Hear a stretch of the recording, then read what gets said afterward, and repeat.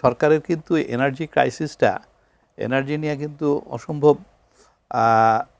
Carefully এটা handle করতে হবে এবং সবারই এটার মধ্যে যারা যারা স্টেক হোল্ডার তাদের সাথে পরামর্শ করে এবং প্রফেশনালি এটা ডিল করতে, বিকজ এনার্জি ছাড়া দেশের ইকোনমি কিন্তু মুভ করা সম্ভব না। আপনি যে বাজেট নিয়ে আসছেন, বাজেট আমি যত কথাই বলি কোনো কিছুই সম্ভব হবে না যদি আমি ইকোনমি গ্রো না করতে পারি। আমার কিন্তু প্রাইভেট সেক্টরের গ্রোথ রেট একদম কমে গেছে, ইট ইজ অনলি 6.03-তে চলে আসছে, and which is a very negative.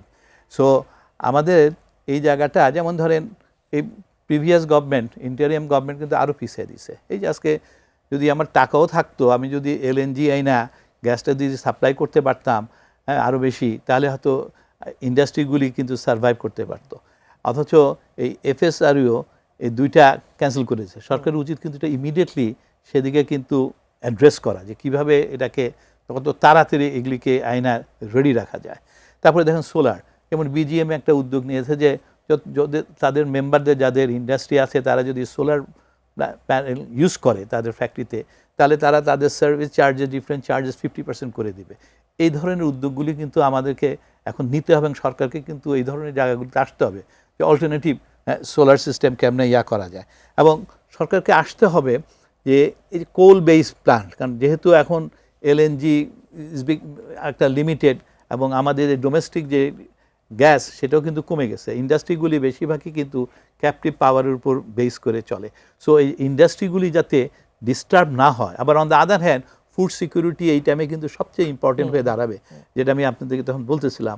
এবং ওকেও আমার কিন্তু ফার্টিলাইজারটাও ওইখান থেকে কিন্তু এখন আমাদের প্রোডাকশন করা কিন্তু ওয়াইজ হবে। তাহলে আমাকে এখন দেখতে হবে যে কিভাবে ডোমেস্টিকটা আমি সাপ্লাই করব, not by using the gas. ডোমেস্টিকটা আমরা কোলটা কীভাবে ইউজ করতে পারি, ডিজেল ওয়াল এসব ফার্নেস ওয়াল দিয়ে কীভাবে ওটাকে চালাতে পারি, ইন্ডিয়ার থেকে যেভাবে আমরা আদানির ইয়াগুলো নিচ্ছি বা ইন্ডিয়া গভর্নমেন্ট থেকে যে আমরা 1200 করে আনতেছি, সেগুলিকে আমরা কীভাবে ব্যবহার করতে পারি, আমাদের নিউক্লিয়ার পাওয়ার প্ল্যান্টটা ব্যবহার করতে পারি। মানে আমার কথা হলো যে ডোমেস্টিকের জিনিসগুলি যদি আমরা ওদিকে নিয়ে যাই, আর গ্যাসগুলো যদি যেটা ইন্ডাস্ট্রি এবং বাংলাদেশের বর্তমান যে ইনফ্রাস্ট্রাকচার আছে, ধরেন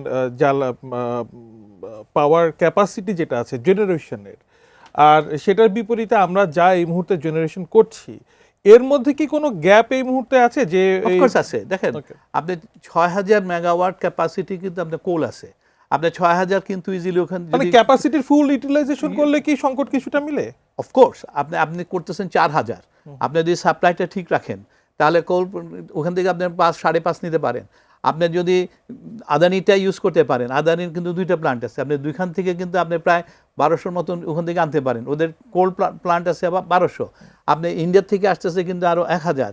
হ্যাঁ, তো আপনি এইভাবে যখন আপনি দেখবেন আপনি ফার্নেস ওয়ালের কিন্তু ক্যাপাসিটি রয়ে গেছে, সেটাকে আপনি কিছুটা ইউজ করেন। হ্যাঁ, আপনার কিছু রয়ে গেছে, কি জানি বলে সোলারের কিছু আছে, আপনি এগুলি সব ইউজ করেন। দেন অল্প কিছু আপনি গ্যাস নেন, আপনি দেখবেন যে আপনার দরকার হলো 12,000, এখন 12,000 আপনি দিচ্ছেন, আপনার 14,000 হইলে কিন্তু আপনার কাছাকাছি চলে আসে। এবং রূপপুরে এটা কিন্তু অগাস্টে কিন্তু 300 মেগাওয়াট অ্যাড হবে এবং এন্ডে 1200, নেক্সট ইয়ারে কিন্তু 1200। সো আপনাকে শর্ট টাইম, মিড টাইম এবং লং টাইম যদি করেন, you can work it out. এবং এই কমিটমেন্টগুলিকে কিন্তু এখন আসতে হবে কিন্তু, এবং যারা প্রফেশনাল তাদেরকে ইনভলভ করতে, এটাকে নিতে হবে টোটালি ব্যবসায়িক পয়েন্ট অফ না চিন্তা করে, কান্ট্রি সার্ভাইভাল সেই ব্যাপারটা কিন্তু আমার মনে হয় দেখার অত্যন্ত অসংখ্য ধন্যবাদ। আবার গ্যাস ড্রিল করা, ওই যেটা দীর্ঘমেয়াদী একটা ব্যাপার তো অবশ্যই সেখানে যেতেই হবে ভবিষ্যতে জ্বালানি নিরাপত্তা নিশ্চিত করার জন্য।